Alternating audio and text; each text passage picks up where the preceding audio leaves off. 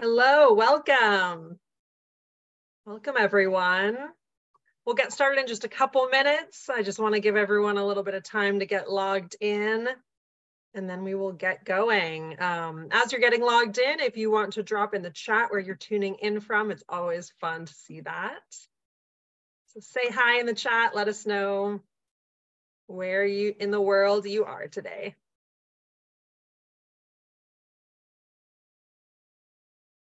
I'll just give it another minute to let a few more people get logged in, and then we'll go ahead and get started.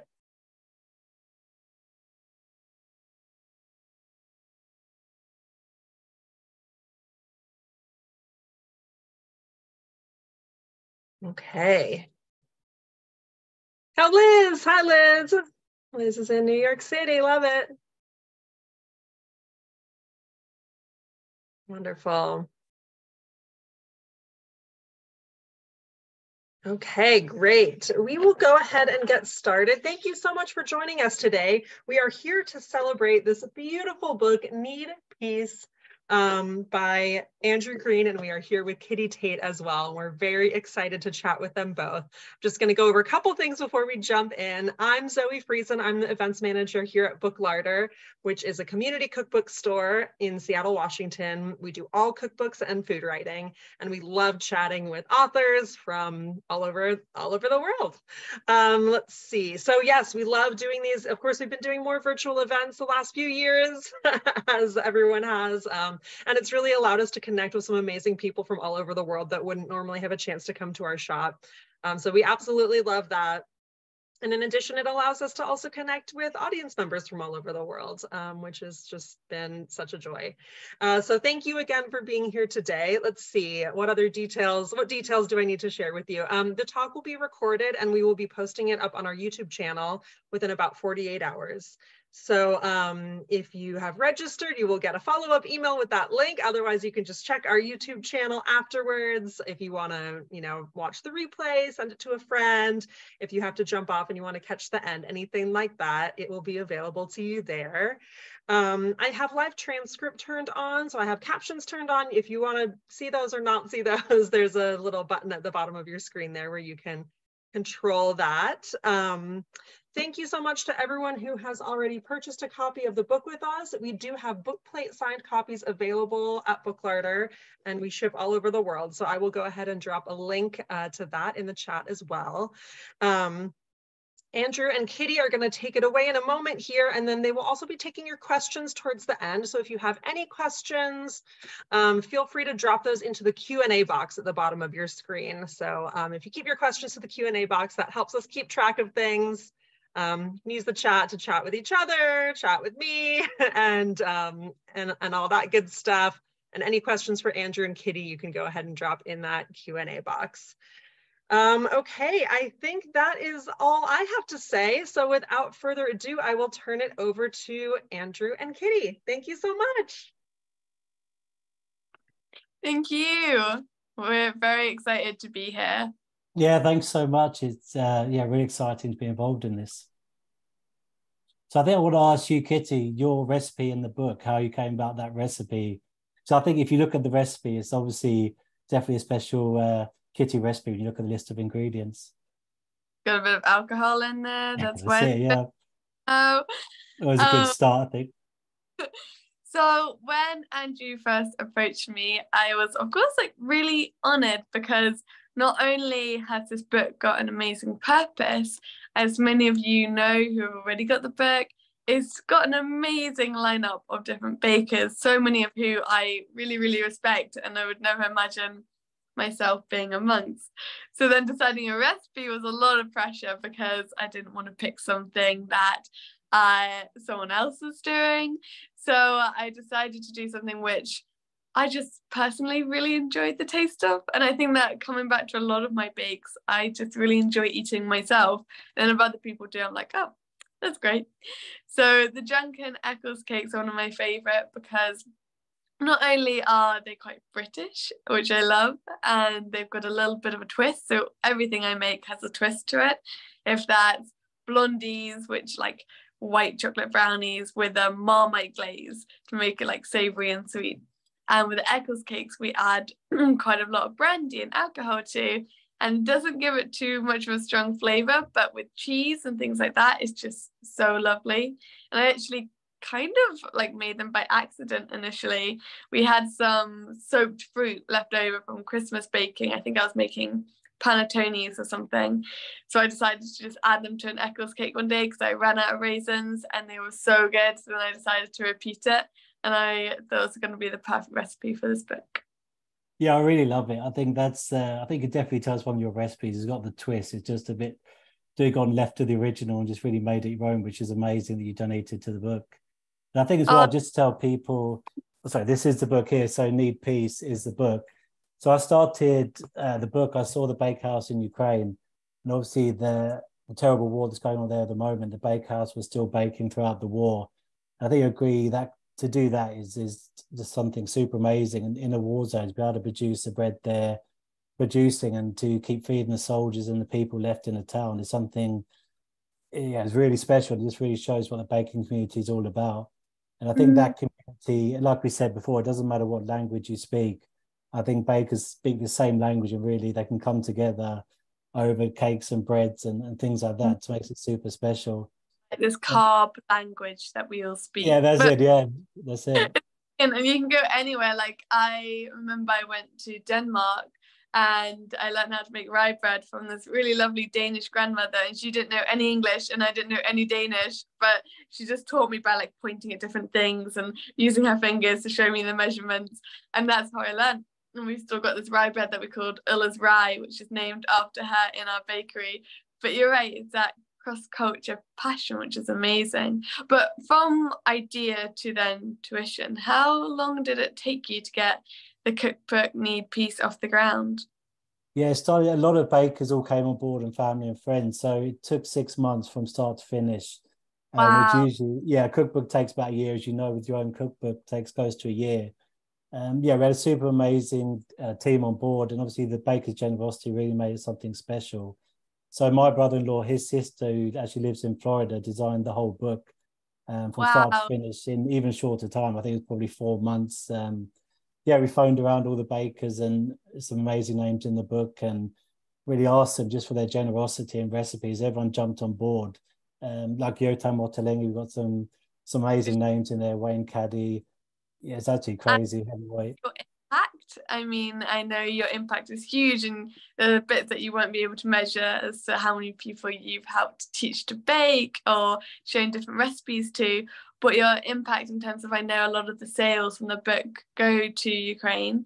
How has that happened? Has that exceeded your expectations?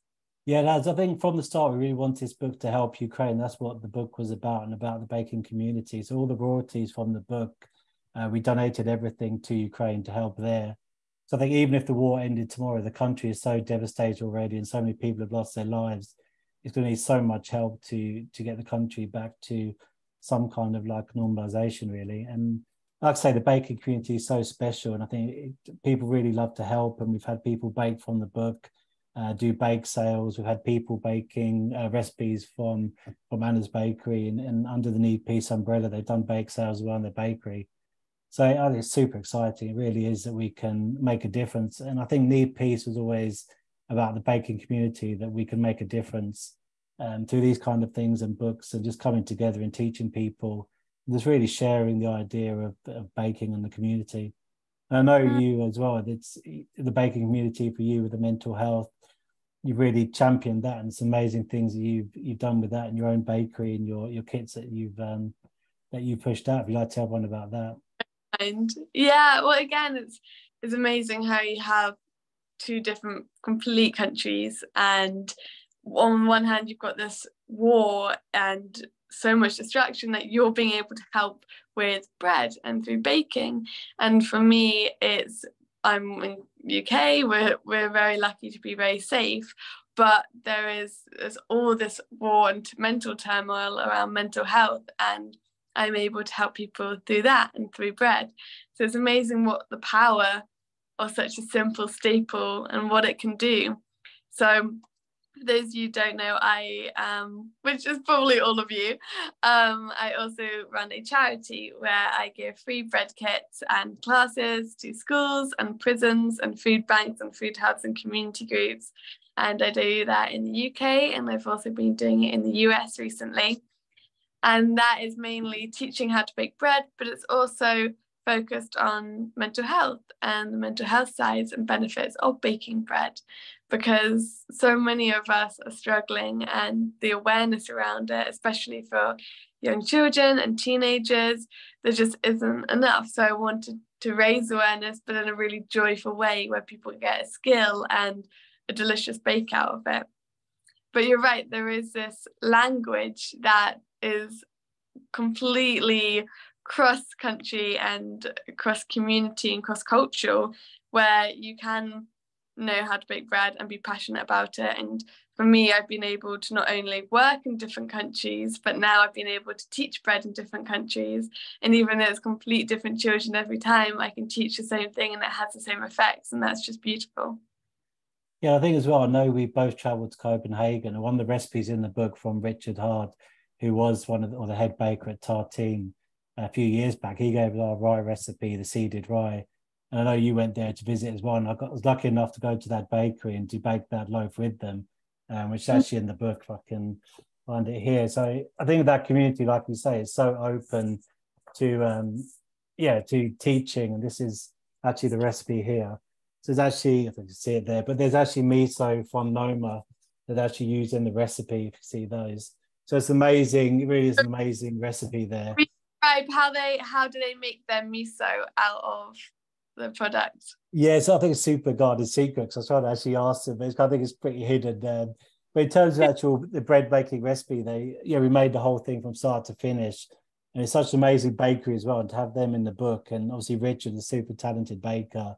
I think, you would agree, he's amazing. Obviously the Tartine family, I think Tartine bakers, or every baker has a soft spot for them, or that learned from their books, or just really got inspired by them. Father of all bakeries and books.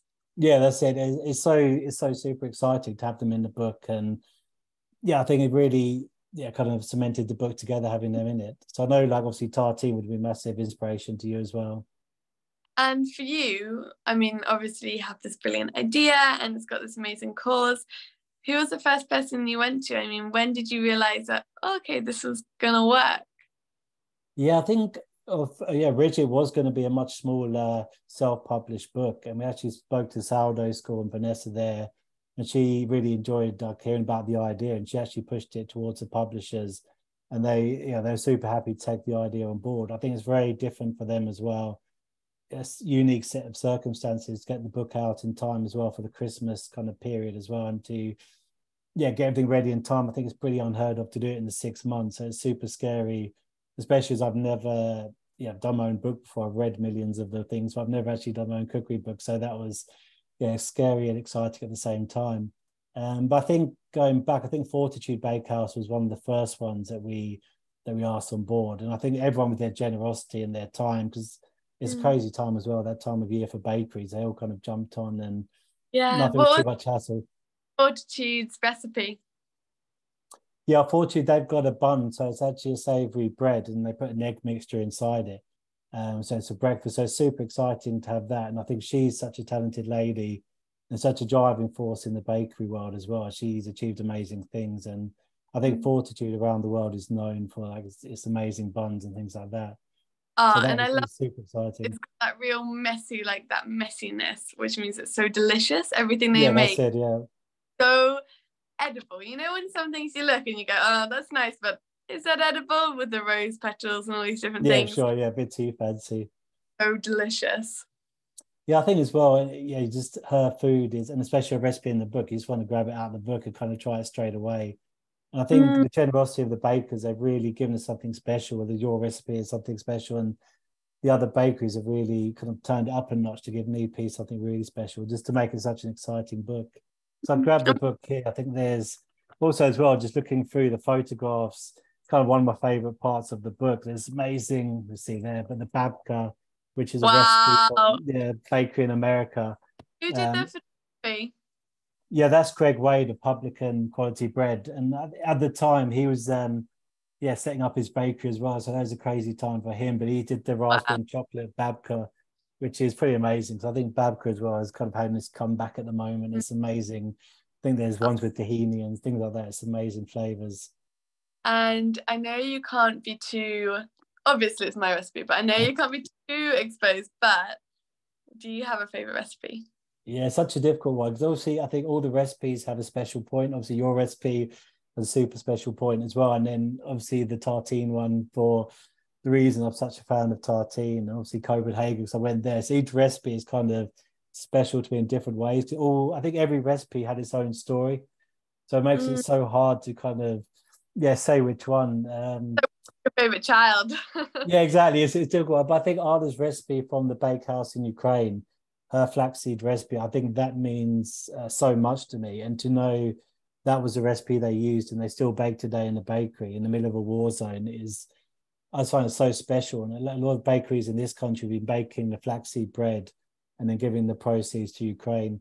So for me, that bread is just so special. And Anna and her team, I spoke to many of times in a bakehouse in Ukraine, and you almost forget they're in a war zone. They're so amazing at what they do, and they never complain. And they're in that bakery 24/7, kind of making it happen. It is just so incredible. I think baking's a tough job, but to do it in a war zone it's just something else. It really is.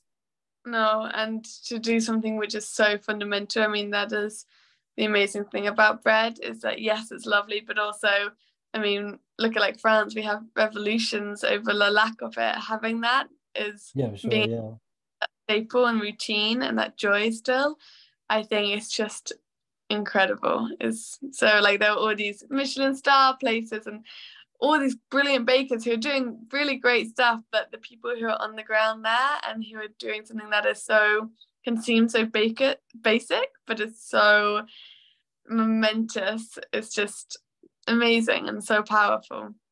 And how did you get into the world of bread and baking? And it's a long story back, but my granddad was a general manager at the Strand Palace in London. So as I was 14 years old, used to go up there and stay in the hotel and watch the kitchens. And I think I was just amazed by the pace of the kitchens and kind of these creations and these pastry chefs like putting out wedding cakes, and just the amazing smell of vanilla I still remember now. And my journey started off as a chef. I've always had that baking side, and the baking side really grew as I grew as a chef. The baking side kind of grew more and more, and I just love it. I really do. It's I think it grabs you once you get started into sourdough, especially. It's just it bites. Yeah, it is. It is crazy. You end up like 2 o'clock in the morning on bread forums and reading books and watching YouTube videos and visiting bakeries. And even my honeymoon, like we went to a bakery near Cape Town, just happened to manage to get that in there on a honeymoon. So I think it just becomes part of your life, and the sourdough starter in the fridge, and almost it's normal for the kids to see the sourdough starter in the fridge and flour everywhere and creations happening. No, we're still yet to name it. I think it changes. The daughter's kind of changing it every time. But we need to get a set one. But I think it's just so amazing when the kids get involved. And young daughter's 14 years old, and she's in there making the bread and doing folds in the bread. And I think they just really, the process is amazing. I think if you break it down, and it doesn't matter if you do a simple loaf of bread or the most elaborate kind of focaccia or pastry, there's so much enjoyment you can get out of it. And I think in the Knead Peace book as well, I think what's so special, there's so many different levels of those expertise in the book. There's the basic cookies we got from Zach Hall in America, and there's more elaborate desserts from Michelin star chefs, and there's obviously bread and sourdough breads and basic focaccias. There's so much going on, and I think you can really learn with it. I've never come across a book like Knead Peace, and that is a brilliant thing about it. Is normally when you get a book, it's great, but there's like 2-3 recipes you'll ever really make, because they're all the same variation of the same thing. Even with my book, I love bread song, and I would love it if everyone did every single recipe in it. But actually, like, I had to really consciously make the choice for every recipe to be quite different and for it to take you on a journey. But at the end of the day, it's all bread and it's all dough and it's all written in the same way. And what's so brilliant about Knead Peace is every recipe is a star in itself. It's so different. There's no real like journey in it as much as there's just, instant variety, and it's brilliant. So every time I look at Knead Peace, there's always something else I miss, or something else I'm looking into, or sometimes I'm not in like a bread mode, but that's fine because you've got cookies and you've got pies and you've got all this variation, which is just so brilliant. Yeah, thanks so much. I think that's the thing, when you have people so generous and donating recipes, kind of bring them together. I think for us, Knead Peace just had to be, you know, like a book, a coffee table book. We didn't want it to be a book that looked rushed together, so really take the time, and it's beautifully designed, and we had a local illustrator did all the illustrations on the front. And I think she thought I was mad. I think I came to her a few days before and asked all these things, and she basically did all the stuff. It's just so amazing, the generosity from not just the bakers, but from every kind of aspect of the bookmaking process. And I think, yeah, like I said, there's so much. There's tarts, there's biscuits. There's kind of, hopefully there's something for every occasion. You can really, yeah, play around. I think there's some things for super special occasions or days we just want some cookies in the jar. I think you can obviously go to the cookie section, or tarts or breads. There's so much going on there. Yeah, and also the names are brilliant because, I mean, for a lot of people, they're like, oh, I know that person, or oh, I know Ottolenghi. But also there are some names. So I've got a lovely friend who is a pastry chef, and she hasn't written a book yet. I think she will, but she hasn't. And she's very much at the start of that journey. And for her to be alongside Ottolenghi is a really lovely leveler. I mean, there's no hierarchy in the book. So you've got people who are huge names, but then you've also got them next to really lovely little bakers like me and my friend. And I think that's another really lovely thing about the Knead Peace book. It's, yeah, as you say, the baking community is great, but there is a sense of hierarchy. So who's got a shop, who hasn't, who's got lots of cookbooks, who hasn't. And the Knead Peace kind of just breaks it all down and puts them all on the same playing ground. Yeah, like I say, there's so many different kind of like levels to it, and different, I think different styles in the book as well. I think they're completely different. Said before, like the Michelin star chefs we've got in there, they're super fancy things and super intricate, to the more to the basic, to the tart recipes or cookie recipes. So it's, for me, it's super exciting as well. I think you flick through the book and it's just so many different kind of thought processes in the baking, and different styles and different ingredients, that it's, like I say, it makes it exciting. If I grab the book again here to show you, there's well, that's it. The recipe you're speaking about now is the peanut butter and banana cream pie. That was your friend that made that, and like you say, she runs I think from her house she's got a small little bake to order business there, and it's just amazing for her to be in the book, like you say, with Yotam Ottolenghi, and kind of, yeah, I suppose the baking super league and the tartines. And I mean, a lot of people are really excited because to be next to Ottolenghi, it gets your name out there, and that's a really lovely thing that you probably didn't even realize you did, but you've enabled other people, and you've been a brilliant way to like spread awareness of what they're doing. If that's a little bake at home pie shop, or if that's a cookie recipe which maybe has been in their family for years and generations, it's really lovely to enable others too. Yeah, exactly. I think social media has been an amazing kind of vehicle for it as well. We get everyday photos sent to us when people have baked from the book, and I think gives you a special pride when they baked it. And we got videos of people opening the book for the first time, and just really excited about the book. And I think it's amazing as well. They're doing something special. So for the books here, it's about 10% of the price goes towards Ukraine, which helps out, which in any way they can in terms of helping them get back to some kind of normality, and hopefully the war will end really soon, which I think is what everyone wants there, definitely. It's yeah, it's been amazing. Like I say, we get all these videos and photos sent to us from all around the world, and people are so excited and share it on social media. So it's kind of exploded that way with social media. It really makes a big difference with the book. And like I say, the community really comes together. Interesting point, because a lot of the time we have very negative connotations about social media, especially when it's a place to compare. But social media, especially in the baking world, is amazing because we inspire each other and we connect up to each other. And I don't know what I would be without it. I mean, I wouldn't have a shop and a bakery without it, because I use social media to crowdfund, which was instrumental in opening our shop and then setting up my charity and getting Kitty's kits, which are the flour kits I donate to all the different organisations. To do the first run of those, I had to crowdfund, and again, I use social media for that. And people share your video and they share your fundraising, and it's amazing. And you saw the same with Knead Peace. There was such a movement, and there still is such a movement for it. It's really lovely to see. Yeah, I think as well, people in the States, I know they waited a bit longer. In England, it came out first, and the publication date has just come out in the US and Canada. So there's a lot of people having on a wish list. I'm so happy they've actually got the chance now to get the book in their hands and start baking from the recipes. It's pretty amazing. And show you here, we've got some more. There's actually so many, like I say, the videos come through and all the got a really nice, I think, photos here is amazing. Actually, got to say, if it's it, there's Jessica Wang, who actually, when I first started the book project, asked her, I've never actually met her, we actually spoke on social media, and she, amazing, I saw her photos, like, they're amazing, could you help us with one or two? And she kind of, yeah, did, went on beyond, and she did pretty much all the photos in London came from her, from Dusty Knuckle to Pophams. She traveled around London at her own cost and take all her equipment and did that for us. So it is amazing. I think what we tried with Knead Peace, get quite a beautiful book that people would really enjoy going back to, and kind of one that goes on the coffee table and to share with other people as well. And so it was just a collective. And now moving forward, I mean, as you say, yeah, it was that time, and yeah, it was lovely as a collective, as people coming together to do this. Are you thinking about another book? I mean, Yeah, I know a few things in the pipeline for sure. I think we had so many people that contributed, and the generosity has been amazing. We've still got people giving us recipes now, because we had to have that point. We had to stop. The book was getting too big, so yeah, we had to cut off. With so many other amazing bakers and pastry chefs that we'd like to put into the next book. So that's definitely in the pipeline. And also looking at our own bakery space as well, so the Knead Peace project can really grow in terms of that and teaching as well. what would that look like? Yeah, we've got a few spots at the moment. So in the final stages, I think for us, it's all about spreading the Knead Peace and just really bringing communities together into the baking community, just spreading the word.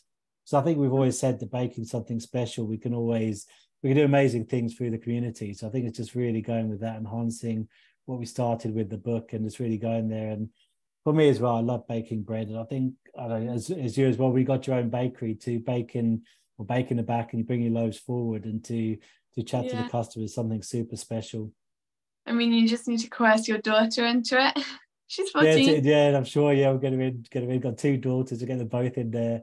But yeah, it's super special. And I think as well from the book, we do some guest events. So then, yeah, the bakers will come down to the bakery as well, and then cook their recipes from the book. Obviously, we share it online as well, and just have events like that, really just grow the Knead Peace story and see where it takes us next. And that's such a lovely idea, because, I mean, pop-ups are how we started. And it's a great way to just, I mean, highlight what you do without the grueling day-to-day 9 to 5. So if you're getting different bakers into it, they could really plan it a month ahead and show off all of their skills, and then just do it in one day instead of having to do it all the day after day. Just such a nice idea. Yeah, sure. Yeah, I think to capture magic, like the magic that happens in your bakery, to spread it out, and the magic that happens in other bakeries and the bakers in the book, just to spread that in the community is so special. And I think we said before we're chatting, you never stop learning. So even for the most seasoned baker, you still learn, and other bakers come into the kitchen and you see other things in books. You just, that learning just never stops. So I think that's what makes it exciting. And going through the book as well, I learned so much from the bakers, and chatting to them on all the different things that can be made from like the most basic ingredients. Yes, and that must have been so lovely for you. I feel very jealous, actually, that you got to meet so many amazing bakers. I mean, I would have been pretty starstruck. Was there anyone who you met who you were quite starstruck by, you were trying to get your words together with? Yeah, I think obviously, I think Yotam the Tartine is kind of up there. I think Richard Hard. I think those kind of the bakers you look up to. So to have them in the book is so special. And I think, yeah, I've always bought their books, and you read through their books, and you just totally obsessed by what they're doing and what they're achieving, just following their like journey and their story. And to be able to kind of start the Knead Peace story and have them involved, that's where it becomes so amazing.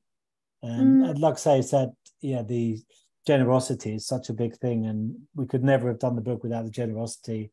So yeah, it's thank you to all the bakers that really made it, and of course yourself that really made Knead Peace something special. Oh, well, I think what Knead Peace also did, I mean, like, it's really lovely for you to say thank you, but I think a lot of us will say thank you back, because it was in a time where a lot of us felt helpless. We were seeing so much pain, and I mean, the war is still going on, and it's a very scary thing, and especially if you're not able to do anything. And I think a lot of bakers didn't feel that they could do anything, and what you offered was a way for us to do something in a way that we really know how to do it. So not only Knead Peace, but there was also Bake for Ukraine. So in our bakery, we sold and still sell different things. So I think last week it was an apple cake. So different Ukrainian recipes. We'll have one each week and we'll donate the profit. And that was also really helpful. But Knead Peace really gave people a way to support in a way that they knew how. Oh yeah, definitely. And that's so special. I think it becomes more personal as well. And I think meeting the bakers is amazing. Also, people buying the book. We've heard so many different stories. We're in actually a bookshop doing a book signing. A lady came to us. She had a Ukrainian family staying with her in the UK, and she bought 2 books for the family to take home and to kind of take away them. They're going back to Ukraine to take more of their family and bring them back again. It's amazing they could have that present and just connect them. I think when you're in a foreign country, in a foreign land, it's just something to. And I think it's such a scary experience to move away from a war zone to another country that you don't know and you don't know the people. To have the book to bring them together becomes something so special, and have that present and a way of kind of communicating as well with the book. So that was so many special moments like that. Yeah, it's so interesting, and to build something and to write something that brings people together. And what I love about books are that they don't disappear.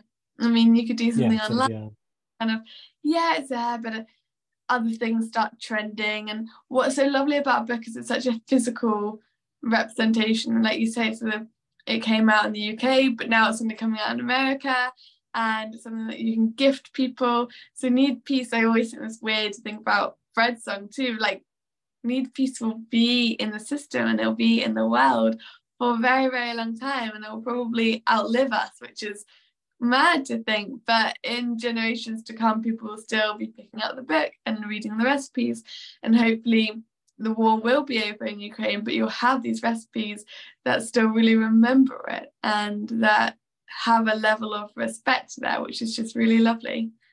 Yeah, definitely. I think the book's always something so special. And for me, I've got books I've collected for years and years, and every single book is own special kind of story behind it or reason why I enjoy reading it. I still go back now to books I bought 10 years back. So it's just amazing. Like you say, a book can be so special, and it's set in time, and say, like, it's an amazing experience to be able to read a book that you know is doing so much good in the world. Like Knead Peace is helping in terms of the way, I suppose, in helping the way we can, and we know how to in terms of baking, and your book's doing amazing things with really championing and getting the mental health message out there, and to really get that. So it's just special how the books really can change the world, and baking being part of that it's amazing, really is. And the book itself, I know that it's got wide reach already, but you were saying about America. Where else would you love for it to go? Yes, it's all over, really. It's Spain as well. It's super exciting. It's got a few of the bakers in Spain, in Valencia. They did an amazing donut recipe there. So it's a lady, she has a small bakery, and they do donuts and buns, and that's kind of what she specializes in. A lot of support we've had in Spain as well. So I think it's so exciting. Australia, we've recently published it in Australia. It's been amazing, the response there. It's just crazy. And the baking and the bakers there have really taken it on board, and they've done the bake sales to really push the Knead Peace message, which has been amazing. So it's so exciting that it just literally has gone around the globe already, and we kind of keep spreading it around the globe. That's the story. And do you think, so 2 years ago, if you told yourself, or when you first came up with the idea, if you told yourself that it is going to be in Australia and all these, and Spain and all these places, and you're going to have Modelengi in it, and you're going to have Richard Hart, do you think you would have known? Do you think you would have been surprised? Or do you think a little bit of you would have actually, in your heart of hearts, not been surprised at all? No, I'd never could dreamt it would be like as good as gone, really. I think my first thought of the idea, I remember I was on social media and I saw Anna in the bakehouse and baking through a war zone. I was like, there's something as a baking community that we must do to help her. Kind of thinking how we could do it, and the book came to mind. But I think when we first started, it was going to be a very small run, a couple of thousand books. And then obviously the publishers got on board, which is amazing, Carl Books, and really kind of helped us with the process. But I could never have dreamt, never have dreamt it would come to this. And it's amazing. And now you obviously just want to do more and more. And I think the baking community is just kind of just been like super special, super accepting, and just really, they've helped me on this process. So without the bakers, it would never have been possible.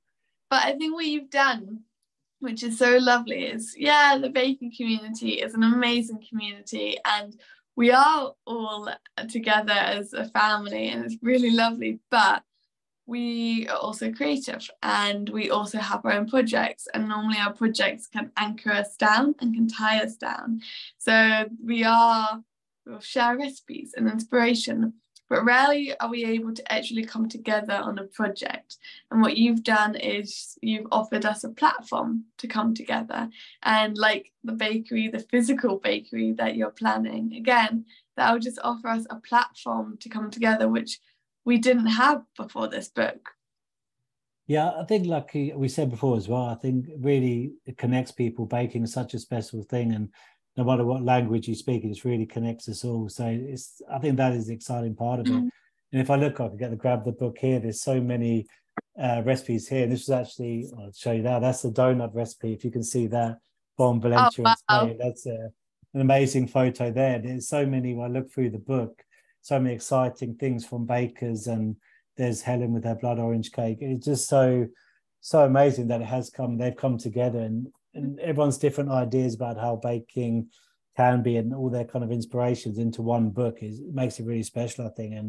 And people just really going out and trying the recipes is really blowing my mind, the amount of people that bought the book and just sending us videos, sending us emails about the recipes and take pictures of their apple cakes. And it's really amazing, kind of really heartwarming, and they're doing something special. And even from the big bakeries doing the massive bake sales to the small little bake sale in a village, it's super amazing. Everyone's kind of really coming together to make it special.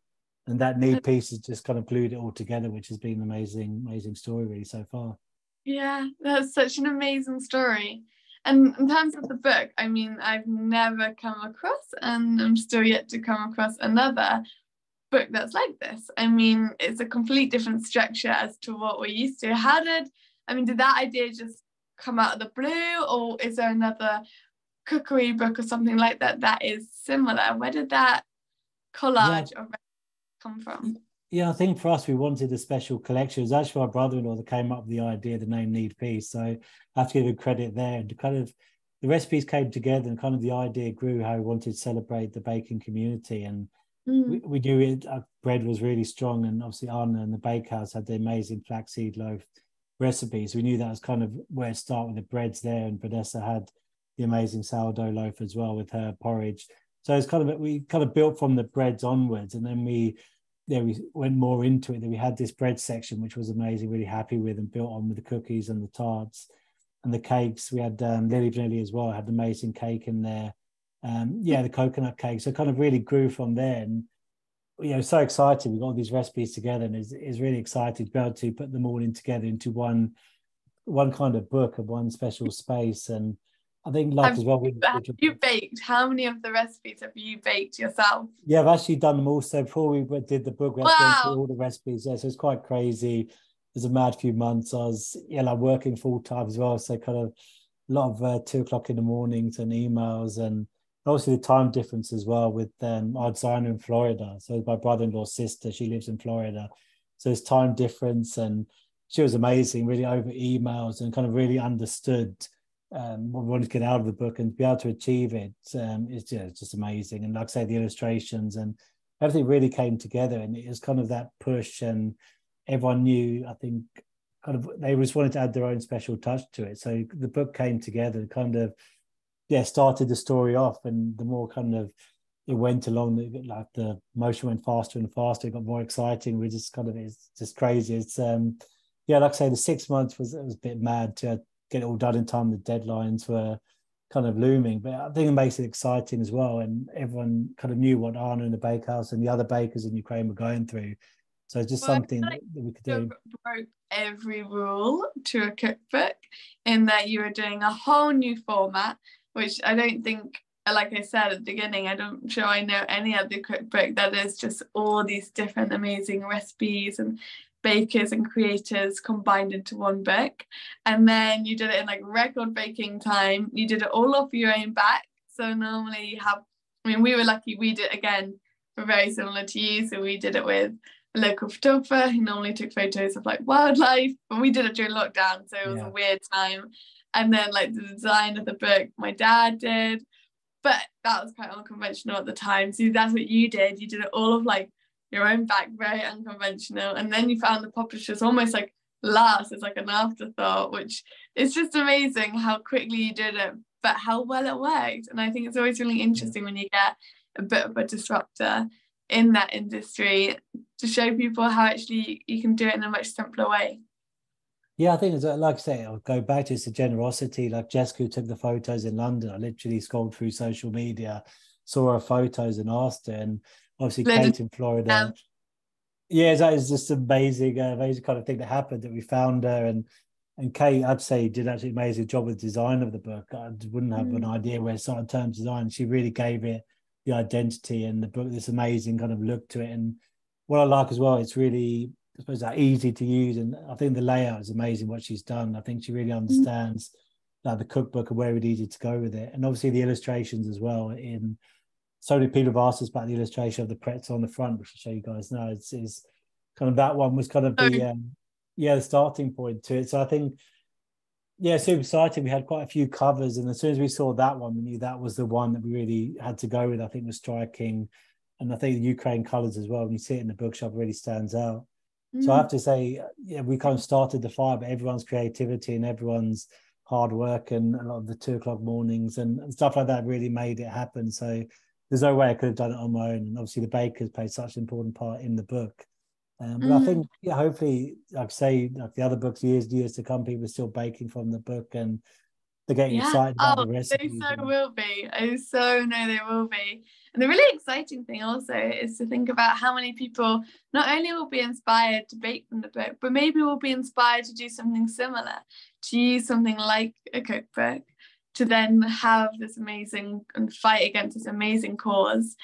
And then include all these creators. I mean, you could do it with baking like you've done, but you could also do it with, I don't know, you could have like a pasta book, or you could have a normal, like a veggie book or something like that with chefs that we all really love and know, and then goes to a great cause. So that's the other really exciting legacy that you're leaving, is the other people who will be inspired to do the same thing.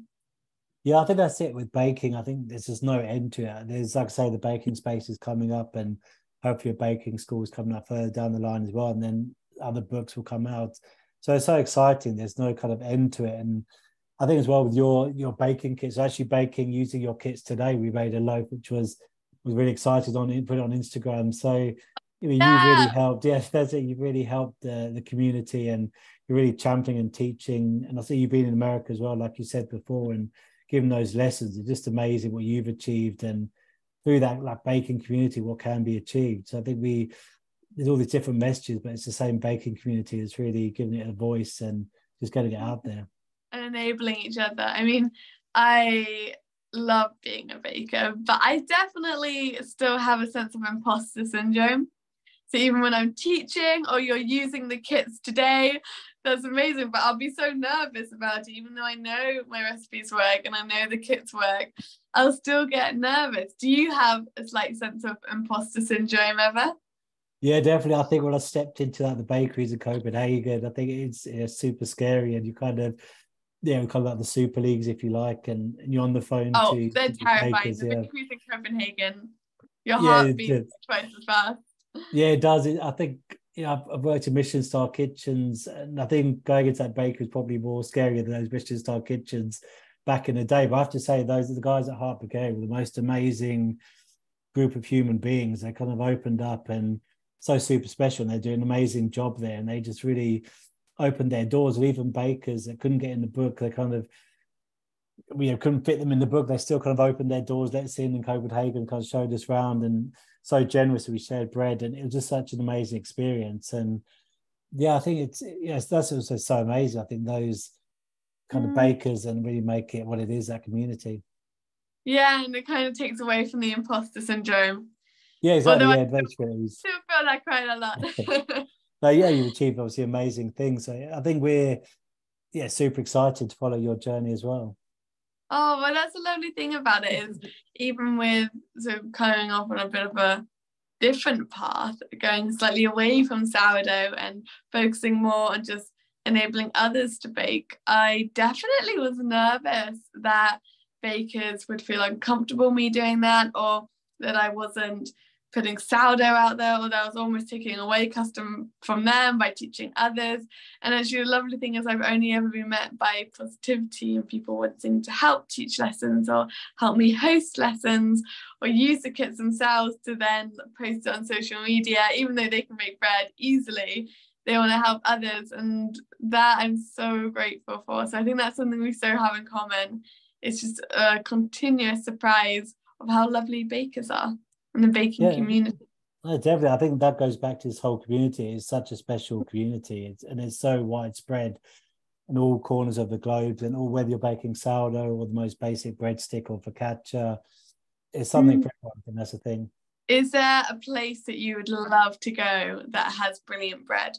So for me, I would love to see the bread in Japan, actually, the really fluffy Hokkaido bread and the perfectly square loaves. And I would love to see how they're doing it there, because bread hasn't always been there in the way that it's been in like France and places like that. So I'd really love for the history and tradition there. Is there a place that you would love to go to explore the bread culture? Well, going back to what you said, the Japanese bread, we've actually got a recipe in the book from a Roman bakery in London, and he's actually Japanese-inspired chef. Which I've used, and it's brilliant. Yeah, it's the most amazing recipe. I love speaking to him. He's so amazing, and like his inspirations is just crazy. But for me, I think probably I think it's that classic. I've been to America many times, but never actually got to tartine yet. So I think for me, it would be America. I think there's tartine because there's so many guys in the book as well from America. So to be able to visit them and just go into those bakeries, and I think tartine was so groundbreaking. I think obviously Greg Wade, he got some amazing things going on there, and Friends of Family Bakery got in the book as well. There's so many amazing American bakers. I think that would be kind of where I'd love to go. Don't know if I had to leave or probably stay there. That's a problem. I went to Tartine 2 weeks ago. So I was currently just come back from San Francisco, and then Utah, and then LA, and then San Francisco again, teaching education classes. And there are some amazing bakeries in San Francisco. I was really lucky to work with one called Rise Up, and they are a Black-owned bakery, and they are just brilliant, and they make the most amazing like ube sourdough and things like that. And I was using their space to teach classes out of, but I also went to Tartine when I was there, and I ate a whole tartine loaf, which I think is like 2 kilos, back to my like hostel, and I almost ate it like a fruit. Like I scooped out like the inside and then ate around the outside. It was just so amazing. It is amazing. Well, next time either of you are on the West Coast, definitely stop by and visit. No, definitely will. Yeah, sure. I just wanted to pop in and add a couple more questions to this great conversation. And you've kind of touched a lot on like the inspiration and just the community element, and it's just such an amazing project. And I love what Kitty was saying earlier too about how, you know, a lot of us, we do feel really helpless and powerless when something like a big tragedy like this happens, and we want to help, we don't really know how. And it's so special to be able to help by doing what you already are good at doing. And so I'm just curious as to if, Andrew, you could talk a little bit about sort of where you were, you know, you've talked about the inspiration, but sort of what place you were in life when you kind of like saw this happening and got the idea for it, and kind of what made, I mean, clearly you're the perfect person to take on this project. You've done such an incredible job, but I'm just curious as to what made you feel like it was right for you to kind of step into a leadership position and really spearhead this amazing project that you've done so brilliantly. Yeah, thank you very much. I think for me, when I saw Anna in the bakehouse, actually going over on social media, and I saw her bakehouse, and I think it clicked to me. I was like reading it, and you know, she had tough days at work, but they're in the middle of a war zone and there's destruction. I think the day before, the bomb dropped on one of their storerooms, and you just think it's absolutely crazy. And they were baking the bread for all the soldiers still and the people left in the town.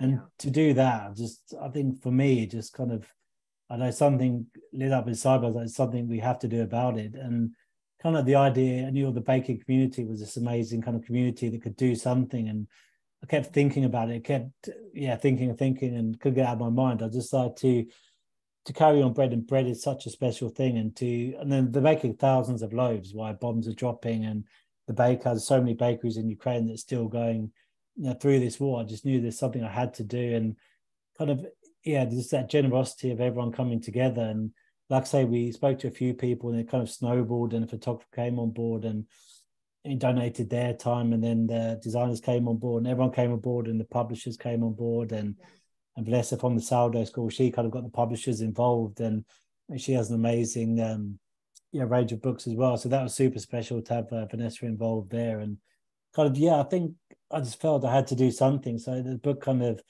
was the avenue to start it. And I think I've collected books since I was probably like 13, 14 years old, and got a crazy amount of books I've dragged around the world and brought back to the UK again. And for me, I think books are so special. I could pick up any book now, and they've all got their own special story, and I remember I bought it, and kind of which recipes. And I think my family always joke, if you ask me about a recipe, I know exactly which page is in which book and be able to find it for you. So I thought books have always been that special thing for me. And every time I go into a bookshop, it's an amazing thing for me. I just love it. So I think the book was the answer. And like I say, it kind of happened, and we got all the bakers on board, and the generosity was amazing. It kind of snowballed from there, and bakers spoke to other bakers, and that's kind of how the word got around. I love it. And I mean, clearly we're book lovers here as well, so definitely understand what you mean there. It's such a great vehicle for this project. And I just love you've been talking this whole time about the amazing community of bakers really around the world, and I just love, basically, I guess kind of what I'm hearing is you saw a part of your community that was really suffering and struggling, and it's like a family, right? You can't just kind of stand by and do nothing. So I love that. I love the story, and I love what has come of it. And it's a really special project. We do have a question here, and I know you've already kind of talked about. So someone is asking, is there a recipe that's particularly special to you, and why? And you kind of already talked about that, and every recipe is very, special in its own way. And really the fact that each one was generous. You break. Are there a couple more recipes you want to shout out? I'll just ask that. I think for me, obviously, Anna's recipe is so special in terms of what it means. I think that flaxseed loaf means so much. Think about, so many of my own recipe in there is obviously focaccia, not my favorite. It's one of those things I love teaching. So that's in the book, which is that special for me. But I think here actually, so there's an amazing recipe here. This one, so it's cheese and the miso rolls, which I know Kitty as well. She bakes with miso a lot, and I think that's super special for me. I just love that kind of, that creativity of taking the cheese and the miso together. And it's so good. It's like an umami bomb. It's so amazing.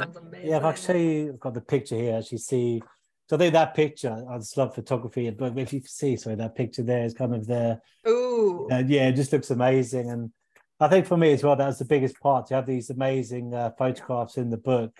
The photos are beautiful. Let's see. Stella asks, Andy, were any recipe techniques or ingredients new to you or particularly interesting? Was there anything that you learned from these recipes that was really exciting? Definitely. I think the combinations, there's amazing combinations. And I think baking is such a special thing, and you can take it down so many different paths, and there's no right or wrong way of doing it. Once you got that sourdough started, so many different ways. So I think that kind of surprised me as well. There is so many different ways to actually make a sourdough loaf. I think that was quite an interesting kind of technique. And I think the pastry techniques in the book are really interesting as well. I think I was kind of blown away really by you'd expect kind of they just give you their famous recipes, but I think all the bakers really gave something special, which makes it so much more special in the book, and makes the book really amazing. And I think there's so much to learn from the book. I've been in food for a long, long time, and I still pick up this book and I'm learning from the book. And when the recipes come in, I'm super excited about the recipes. And I think for me as well, when I read it for a book, the creativity just goes through the roof, because then you're nonstop thinking about these recipes and how you can make it your own, and what you've learned from it. So there's a lot of sleepless nights where you kind of start thinking. Then I'm sure Kitty's the same. Once you get it in your head and you kind of make miso could go into something else, or go into a chocolate tart. drove everyone mad. I would like, it'd be like, should we do a chocolate halva tahini bun or a chocolate halva pistachio bun? And I'd be like, I'd ask the same question every day for a week until someone broke and was like, I don't know. I love it. You know, you two were talking earlier about how there's, you know, the building blocks of baking are kind of universal, right? But it's all about sort of making it your own and your own spin on it, and just seeing that creativity is so lovely and so inspiring. Yeah, that's it. Yeah. Well, sorry, like I said before, like there's so many people sending their photos and videos in of their recipes they've made. I still it's find it really exciting to see. There's like slightly different results as well, and people have added stuff to it. So for me, it's amazing to see that side of the book as well. That. Yeah. And then one question that I ask everyone, and I'll ask you too, Kitty, for both of you too. What are a couple of cookbooks that you are gravitating towards right now? Oh, I mean, I have a stack beside my bed, and there are so many at the moment. I mean, obviously Knead Peace, which is my favorite. I have to say it's probably still my favorite, because I always like skim past recipes and then I look back and I'm like, oh my god, that's a really good recipe. I love the Fortitude. We talked about it earlier. They have a cookbook which is brilliant, and they have all these like fermented sourdough loaf cakes which are just incredible. And then have you come across Ella Risbridger? She is this brilliant British writer, and she has a book called Midnight Chicken. And I do have that book. Yes, I love that. So lovely, and it was a big inspiration for our book. And that's got some great recipes in, some really lovely cookies and things like that, and very not easy, but it makes it feel, the way she writes is beautiful, so you feel like you can really do anything. Very inviting. Yeah. Last one is, I recently got Samin Nosrat's Salt, Fat, Acid, Heat book, which, I mean, talk about illustrations. Her illustrations are so beautiful. It's basically an art book, and she has some lovely recipes for like pies and cookies and things like that, alongside whole like meal recipes, which are great. But I always highly recommend the buttermilk marinated chicken from that one. Yeah, give it a try. I go to bed so hungry though. I'm like, I have to start doing this for myself. And how about you, Andrew? Are there any cookbooks that you've been picking up lately? Yeah, I think same as Kitty. I think Fortitude is really amazing. That book, I think, kind of changed a lot for me as well. And sourdough into cakes, I think that was super amazing. And I think her story behind her bakery, and she's very driven and just amazing just to read about her story. And I think we go back to Tartine, but I think Tartine, I can always grab their books, but it's so amazing. So many baking journeys have started with those Tartine books, and what Chad and his wife did. I still find it super amazing. And but my wife's always, as soon as I get near a bookshop, I start to go straight in and just kind of get me out for a few hours. But I mean, yeah, I think Fortune is, I can't put that. And obviously Kitty's made an amazing book, which kind of changed the rules as well in terms of what you can achieve with baking. And she achieved so much. I think we always have these Knead Peace meetings, and it's kind of always amazing what Kitty's kind of done next. And the baking kits came out and the book came out. So for us, it's just, those kind of journeys and stories from all those books. I love hearing the stories in the books. I think for me, so super amazing. But I think, for it'd always be the Tartine book. I think is always amazing. I think I'll see. Here's a few, and amazing books, and Belly Road is amazing. Those are a must for sure. Love that. Michael James has been the most amazing person as well. He's got a recipe in the book, and I just love his book. And you say to him about any of the recipes, and he's like, no, that's the recipe they used in the bakery. It's exactly it was the bakery, and he put it in this beautiful photography. And he's the most generous kind of person with his time as well. So it's a beautiful book, and he's got another book out with savoury side of baking as well, which is also amazing. Nice, fantastic. Brilliant. Well, thank you so much, both of you, for being here. It's been such a joy. That's been amazing. Thank you. Space, so it's lovely to just like connect up, because what you've done, I feel like we're each other's biggest like hype men. I know it did be double act. I absolutely love it. Thank you for everyone's support. Definitely, it's been amazing, and congratulations. It's such a fantastic book. We're so happy to be carrying it. No, thank you very much. Sorry, what was that, Kitty? You gotta come visit.